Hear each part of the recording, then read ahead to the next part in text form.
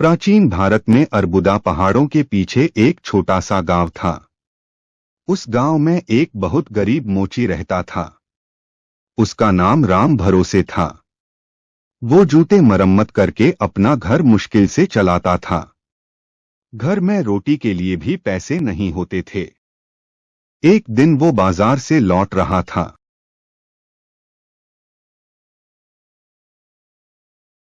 वो एक मंदिर के सामने से गुजर रहा था, तभी उसने देखा एक आदमी जमीन पे बैठा हुआ था। उसके आंखों में आंसू थे और चेहरे पे बेहद उदासी। ऐसा लगता था उसने कई दिनों से खाना नहीं खाया था। राम भरोसे जब उसके पास गया तो उस शख्स ने उसकी तरफ देखा। तुम कौन हो और यहाँ क्यों बैठे हो? तुम कहाँ रहते हो? मैं यहाँ का रहने वाला नहीं हूँ। क्या किसी ने तुमको तकलीफ दी है? ईश्वर ने मुझको सजा दी है। ईश्वर ही सबका मालिक है, फिर भी जिंदा रहने के लिए रोटी, कपड़ा और मकान तो चाहिए ना। तुम जाना कहाँ चाहते हो? कहीं भी। यहाँ तो तुम ठंड से मर सकते हो, मेरे साथ घर चलो। वो उसके साथ चल पड़ा। राम भरोसे सोच रहा था, हमारे पास ही खाने को नहीं है। मेरी पत्नी मुझ पर बहुत गुस्सा करेगी, कहेगी ये किस भिखारी को ले आए। राम भरोसे जब घर पहुंचा तो उसकी बीवी रामसखी बाहर ही खड़ी थी।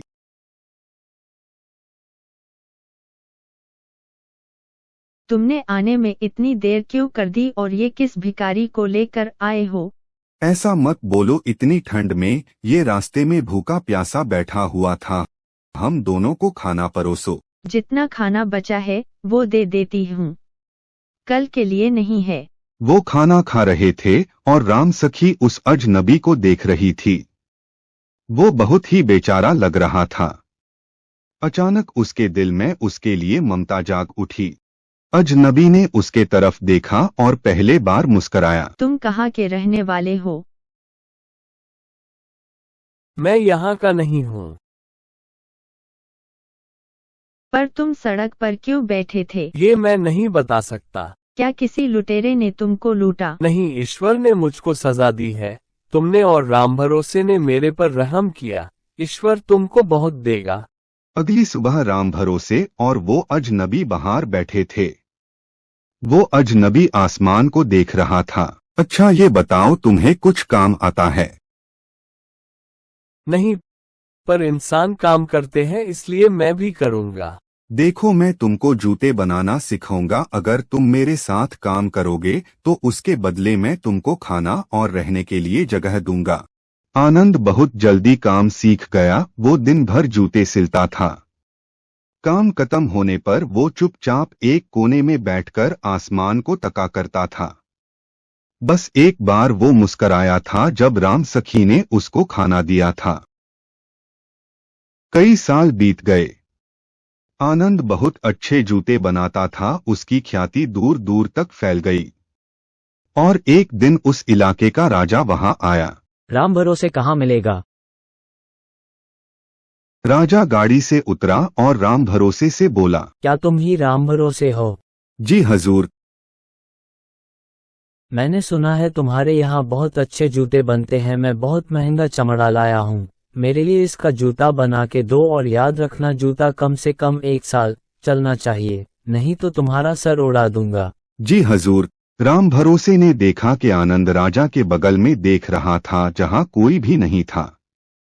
अचानक आनंद मुस्कराया। आनंद रात भर काम करता रहा। उसने चमड़े को काटा और फिर सिला। राम भरोसे जब सुबह उठा तो हैरान रह गया। आनंद ने उस चमड़े से जूता नहीं पर चप्पल बना दी थी। ये क्या किया तुमने? राजा ने जूते बनाने को कहा था और तुमने चप्पल बना दी। मैं बर्बाद हो गया, अब तो वो मुझे मार डालेगा। तभी उन्होंने राजा के नौकर को आते देखा। मालकिन ने मुझे भेजा है। वापस जाते वक्त राजा की गाड़ी में मौत हो गई। वो अब नहीं रहे। मालकिन ने कहा है अब जूते की जरूरत नहीं है, उस चमड़े से चप्पल बना देना। एक दिन आनंद काम में लगा हुआ था। वहां एक अमीर महिला अपने 2 बच्चों के साथ आई। दोनों बच्चे जुड़वा दिखते थे और उनमें से एक की टांग खराब थी। उनको देखते ही आनंद का मुंह खुला रह गया। वो टकटकी बांधकर उन बच्चों को देखने लगा। मुझे इन बच्चों के लिए जूते बनवाने हैं। वो देखो, हमारा बेहतरीन कारीगर आनंद है, वो बना देगा। इस बच्चे के लिए 2 जूते बनाना, एक अच्छे टांग के लिए, दूसरे इसकी खराब टांग के लिए। कितनी सुंदर बच्चे हैं, इसकी टांग कैसे टूटी? इसकी माँ की वजह से। क्या आप इसकी माँ नहीं हो? मैंने इन दोनों को गोद लिया है। आपके बच्चे नहीं हैं, फिर भी आप इनसे इतना प्यार करते हैं। मैंने इनको अपना दूध पिलाया है। फिर ये बच्चे किसके हैं? 6 साल पहले इन बच्चों के माँ बाप मर गए।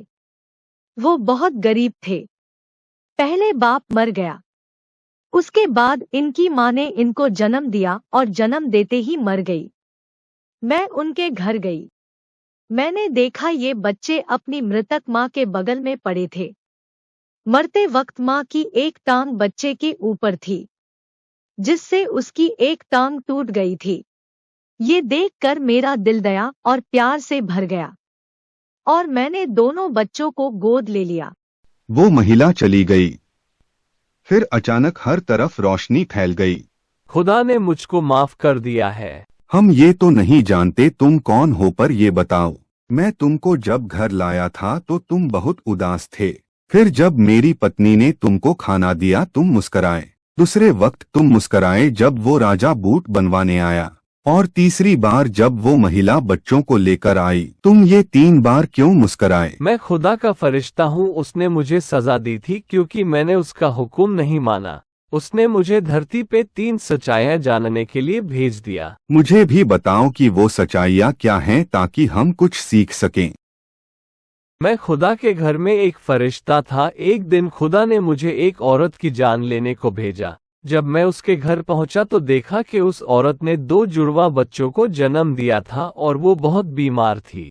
मुझे देखकर वो समझ गई कि मैं उसकी जान लेने आया हूँ। मुझे वो हाथ जोड़कर मुझसे बोली, मुझे मत मारो, मेरा दुनिया में कोई नहीं है, मेरे बच्चों को कौन पालेगा, ये मर जाएंगे। मुझे उस पर तरस आ गया। उसकी जान लिए बिना मैं खुदा के पास चला गया। खुदा मुझसे बहुत नाराज हुए और मुझे सजा दी कि मैं धरती पे जाकर 3 चीजें सीखूं।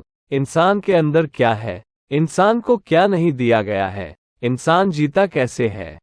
खुदा ने कहा कि जब तुम ये 3 चीजें सीख लोगे तो मैं तुम्हें वापस बुला लूंगा। और खुदा ने मुझे धरती पे फेंक दिया।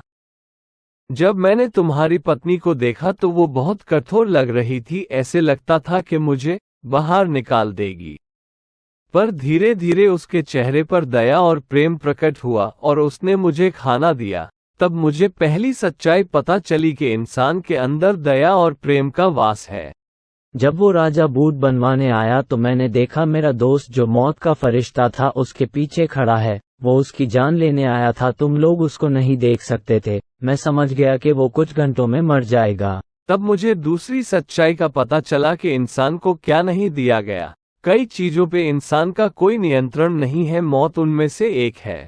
फिर एक दिन वो औरत 2 बच्चों को लेकर आई। मैं उन बच्चों को पहचान गया। मुझे उनकी माँ का ध्यान आया जो मरना नहीं चाहती थी और कह रही थी कि मेरे बच्चे बिना माँ बाप के कैसे पलेंगे। पर एक अनजान औरत ने इनको गोद लिया और माँ से भी बककर इन्हें प्यार दिया। तब मुझे तीसरी सच्चाई के इंसान जीता कैसे है पता चला। इंसान में खुदा रहता है और वो उसके रहम व करम से जीता है। जीवन प्यार है और प्यार खुदा है। मेरे जाने का वक्त आ गया है, मैं चलता हूँ। कोई गलती हो गई हो तो मुझे माफ करना। उसके पंख लग गए और वो आसमान में उड़ गया।